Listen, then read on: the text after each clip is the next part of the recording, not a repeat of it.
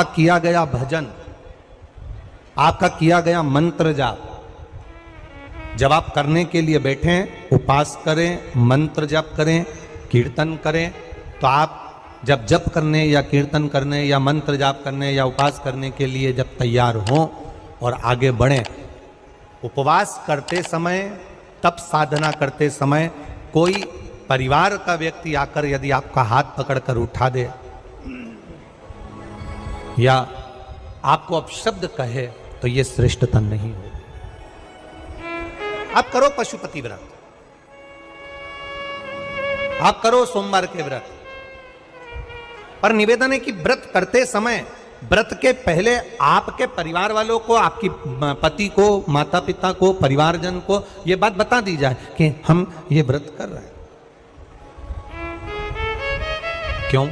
उसका कारण केवल इतना सा है कि जब हम ये परिवार वालों को बता देंगे कि हम व्रत कर रहे हैं, तो आपके व्रत में कोई टोकने वाला नहीं रहेगा, आपके व्रत को कोई रोकने वाला नहीं रहेगा, और आप निष्कपट भाव से भगवान की अविरल भक्ति को धारण कर सकते हैं। निष्कपट भाव से भगवान के भजन को धारण कर सकते। इतना सुंदर वर्णन किया गया है महामृत्युंजय मंत्र का। यदि हम किसी ब्राह्मण से अनुष्ठान करवा रहे हैं, महामृत्युंजय मंत्र का यदि हम किसी ब्राह्मण से अनुष्ठान करवा रहे हैं, शिव महापुराण की कथा कहती है, अनुष्ठान पत्नी करवा रही है या पति करवा रहा है, सास करवा रही है या ससुर करवा रहा है, घर का जेठ करवा रहा है या जेठानी करवा रही है, शिव महापुराण की कथा कहती है जितने लोग आपके घर में रह रहे हैं, जितने लोगों के साथ आप 24 घंटे घर के अंदर रह रहे हैं, जब हम पशुपति व्रत करें या महामृत्युंजय का अनुष्ठान किसी ब्राह्मण से करवा रहे हैं या मंदिर में हम अनुष्ठान करवा रहे हैं, तो भी हमारे चित्तवृत्ति से हमारे परिवार वालों को यह मालूम होना चाहिए कि मैंने उन ब्राह्मण के द्वारा अपने परिवार के हित के लिए, अपने बुजुर्ग के हित के लिए, अपने घर के हित के लिए मैंने महामृत्युंजय का अनुष्ठान करवाया है। उसका पुण्य 4 गुना बढ़ता है, जिससे घर के लोगों में कोई विस्मयता उत्पन्न ना हो।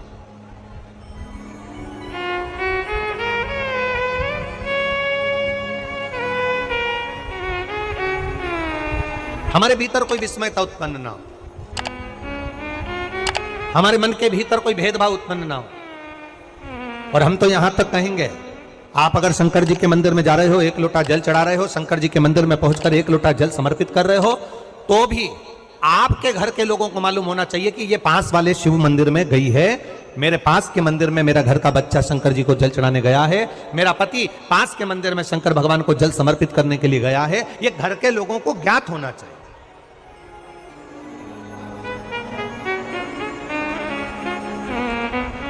घर के लोगों को यह मालूम होना चाहिए कि ये पास के मंदिर में मेरी धर्म पत्नी गई है, पास के मंदिर में मेरे माता पिता गए, पास के मंदिर में मेरे परिवार के लोग गए। ये आपकी चित्तवृत्ति में और परिवार की चित्तवृत्ति में ये बात रहना चाहिए, छुपा कर नहीं जाना।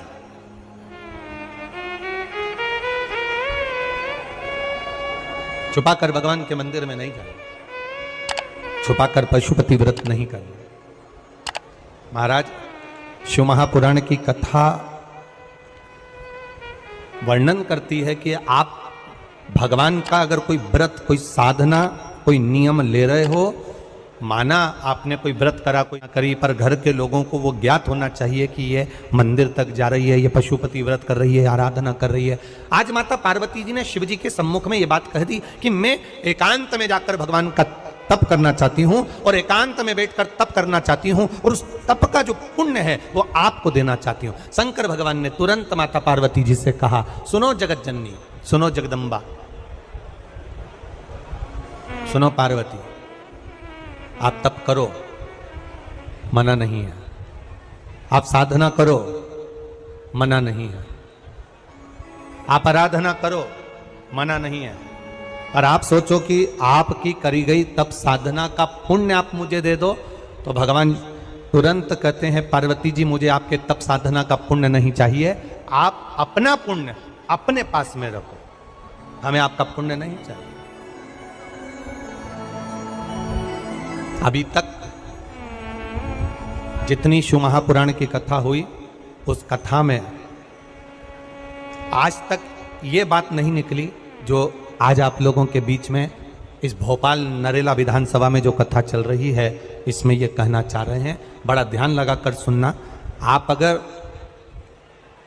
5 महीने तक, 6 महीने तक, 3 महीने तक, 2 महीने तक, 15 दिन, 20 दिन, 1 महीना, 1 साल, 2 साल, 8 साल, 4 साल अगर आपने शंकर भगवान को जल चढ़ाया है तो शिव महापुराण की कथा यहाँ तक कहती है कि आपके घर में अगर कोई व्यक्ति बहुत दयनीय स्थिति में पड़ा हुआ है, हॉस्पिटल में पड़ा हुआ है, कोई तकलीफ में पड़ा हुआ है, कोई कष्ट में पड़ा हुआ है, तो आप जब भगवान शिव को जल समर्पित करो तो बाबा से ये विनती कर कर भी जल समर्पित कर सकते हो कि मेरे परिवार का एक व्यक्ति, उसका ये साथ में ये हो गया और वो हॉस्पिटल में पड़ा, उसका नाम ये है, गोत्र ये है। बाबा हमने जो तप साधना करी है, हमने जो इतने महीने तक आपको जल समर्पित करा है, हमने जो बेलपत्र समर्पित करी है, मेरे बाबा आज स्वीकार करना।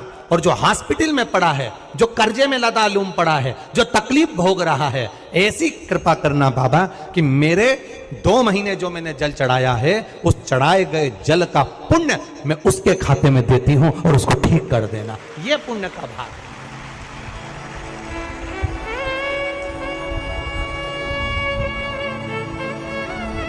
ये पुण्य का भाग है।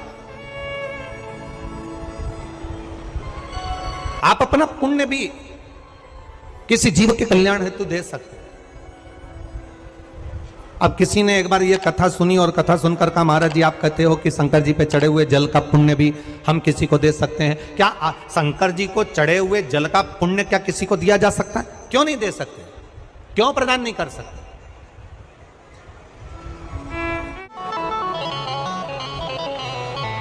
एक पुण्य का अपने भीतर एक विचार फिर करिएगा। बड़े बड़े सावधानी की कथा है। आप लोग सोचो कि यह कथा यहां से सुनी, यहां से निकाल दी, बच्ची कुची थी कपड़े में झटकार दी। यहाँ कथा अगर सुनने के लिए आए हो तो थोड़ा दिल लगाकर सुनना, मन लगाकर सुनना।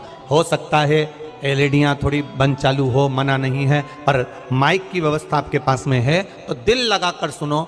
जहां मौका मिल जाए वहां बैठकर अपना चित्त लगाकर सुनना, क्योंकि 3 घंटे में से केवल 2.5 घंटा आपको प्राप्त होता है। बाकी का पूरा समय आप लोग यहाँ सुबह 6 बजे से रात को 3 बजे से 4 बजे से इस कथा का इंतजार करते हो। शायद दुनिया की पहली कथा होती है शिव महापुराण की कथा, जिसको लोग रात को 4-4 बजे से 3-3 बजे से जगह संभाल कर बैठकर कथा सुनते हैं।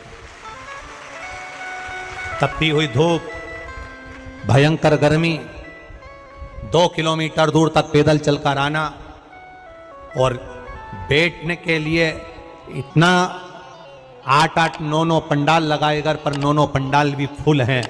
उन पंडालों में जगह नहीं। धूप में छाता पकड़ना, चादर पकड़ना, साड़ी पकड़ना और उसको पकड़कर बैठे रहना। तपती हुई धूप में जहां तहां बैठकर कथा सुनना, ये दुनिया की पहली कथा है जिसको लोग कभी भूल नहीं पाएंगे कि इतनी धूप में भी लोग कथा सुन सकते। इतनी धूप, इतनी गर्मी,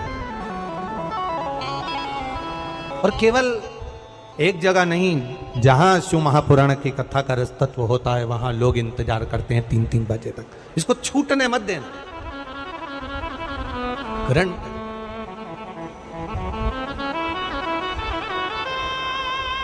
शादी में गए हो, 500 का लिफाफा दिया है तो भोजन कर कर जरूर जाना।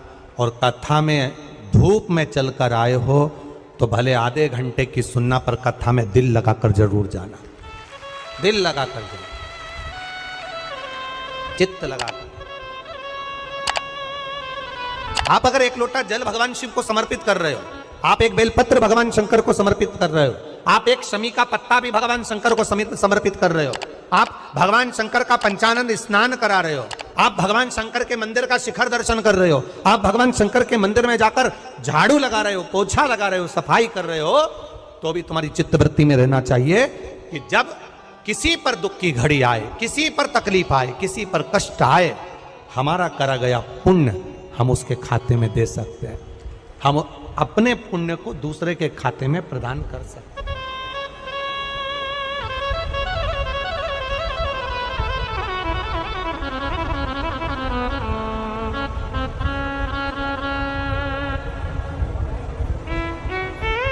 बेलपत्र,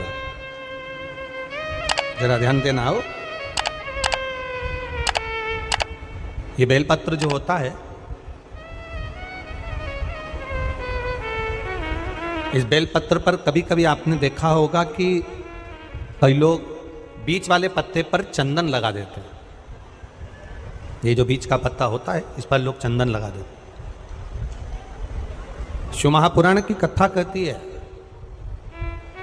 अगर भूलवश भी अनायास आपके पास बेलपत्र भी नहीं है, शिव जी का चढ़ा हुआ बेलपत्र भी अगर आपने उठा लिया और उठाकर उस बीच वाले पत्ते पर एक चावल का दाना रखकर भी आप भगवान भोलेनाथ को समर्पित कर रहे हो, तो ये समझ लेना कि तुमने महीना, 2 महीना, 4 महीना, 6 महीना, 8 महीने में, हम तो हमेशा कहते आए हैं, आज फिर कह रहे हैं, 1 महीना पूरा हो जाए जल चढ़ाते, 2 महीना पूरा हो जाए जल चढ़ाते, 3 महीना पूरा हो जाए, 4 महीने पूरे हो गए, 6 महीने पूरे हो गए, या आपका साल भर पूरा हो गया, प्रयास करा करो एक पत्ते पर एक चावल का दाना रखकर शिव जी को समर्पित करना। क्यों? जो तुमने पूर्व में जल चढ़ाया है वो चावल का दाना अक्षय, उसको अक्षत माना जाता है, अक्षय माना जाता है। मतलब तुमने अभी तक जो जल समर्पित करा है वो कभी समाप्त तो नहीं हो सकता, उसका पुण्य तुम्हारे खाते में चले गया, अब तुम उसको किसी को भी प्रदान कर सकते हो।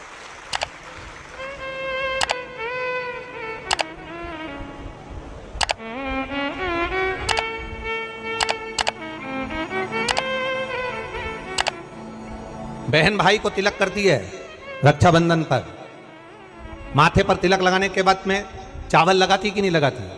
बोलो, जम के बोलो जरा। लगाती है? बोलते जाओ जरा।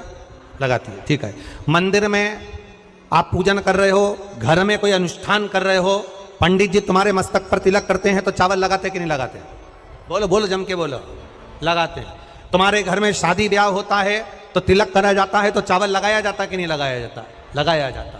सब समय पर चावल, मस्तक पर कंकु का तिलक, चंदन का तिलक, जो भी तिलक तुम्हारे मस्तक पर लगा है, कोई अगर लगाएगा शुभ कार्य में तो चावल जरूर लगाएगा। बस एक कार्य ऐसा होता है जिस समय पर मस्तक पर तिलक करा जाता है पर चावल नहीं लगाया जाता।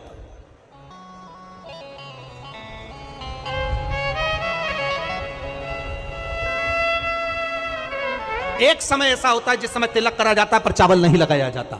चावल का मतलब है अक्षय, मतलब बार बार भगवान ऐसा मौका लाए, बार बार भगवान ऐसी कृपा करे कि तुम ऐसा अनुष्ठान करते रहो, पुण्य करते रहो, सत्कर्म करते रहो, 16 सोमवार के व्रत करते रहो, चतुर्थी के व्रत करते रहो, तुम छठ की पूजन करते रहो, तीज का व्रत करते रहो, सोमवार का व्रत करते रहो, तुम्हारे घर में हमेशा ऐसे शुभ कार्य होते रहे। केवल अक्षय, अक्षत एक जगह पर नहीं लगाया जाता।